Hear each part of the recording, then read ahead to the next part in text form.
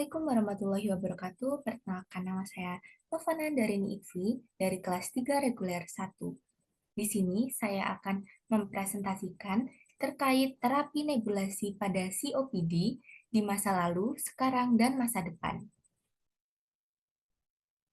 Definisi COPD atau Chronic Obstructive Pulmonary Disease adalah penyakit yang umum yang dapat diobati dan dapat dicegah serta merupakan penyebab signifikan morbiditas dan mortalitas kronis.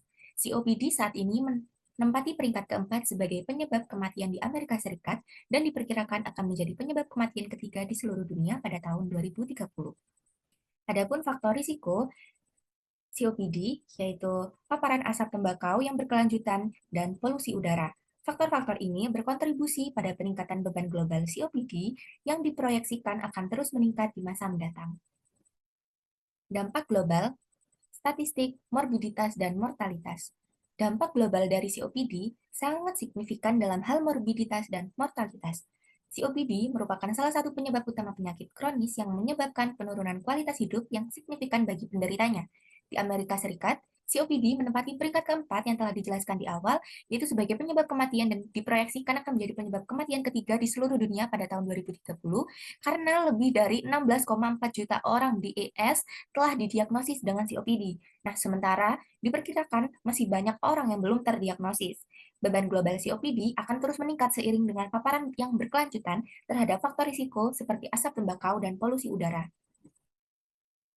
Pentingnya terapi inhalasi untuk COPD.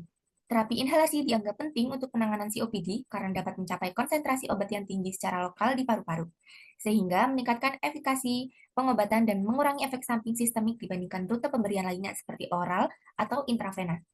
Terapi inhalasi memungkinkan obat untuk langsung mencapai target di saluran pernapasan, yang merupakan lokasi utama dari patologi COPD sehingga dapat memberikan efek bronkodilatasi yang lebih cepat dan efektif. Setelah ini saya akan memberikan video terkait jenis-jenis terapi inhalasi. Terapi inhalasi bisa diberikan dengan 3 macam alat. Yang pertama adalah nebulizer, kemudian MDI, kemudian DPI. Nebulizer adalah seperti ini alatnya.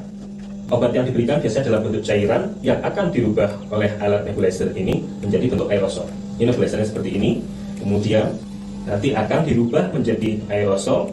Pasien akan menghirup aerosol itu dengan memakai interface berupa masker seperti ini dengan berbagai ukuran, ya. Untuk anak bawah 5 tahun, seorang umur lebih dari 5 tahun tentunya berbeda tergantung ukurannya.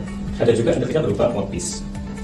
Kemudian yang kedua adalah meteorus inhaler seperti ini, terdiri dari suatu kanister atau kaleng yang berisi cairan obat yang dirubah menjadi aerosol ketika ditekan oleh aplikator ini, seperti ini. Nah, kadang-kadang diberikan dengan bantuan alat namanya spacer, sehingga pasien tidak membutuhkan koordinasi yang lebih rumit untuk menghisap obatnya. Spacer seperti ini, ada bagian untuk menempatkan obat di sini. Kemudian pasien akan menghisap dengan interface berupa masker dengan berbagai ukuran. Nah, ketika ditekan seperti ini, maka obat akan berada di dalam spacer, kemudian dihirup oleh pasien 6-8 kali nafas, maka obat sudah hampir bisa dipastikan masuk ke dalam saluran nafas lain. Berikutnya adalah DPI, dry powder inhaler. Obatnya bukan berupa cairan tetapi berupa serbuk padat. Apabila dihisap oleh pasien maka akan keluar dalam bentuk aerosol. Ada beberapa jenis. Pada prinsipnya adalah multidose, seperti dua obat ini multidose. Yang satu ini namanya dishaler, yang ini adalah turbohaler. Satu device mengandung beberapa dosis obat. Ada juga yang single dose. Untuk bisa dihisap maka harus dimasukkan satu obat ke dalam tempatnya sini, kemudian dihisap.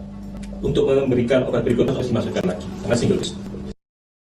Nah, itu tadi jenis-jenis terapi inhalasi.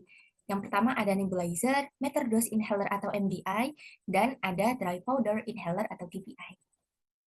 Apa sih manfaat terapi nebulasi untuk pasien COPD?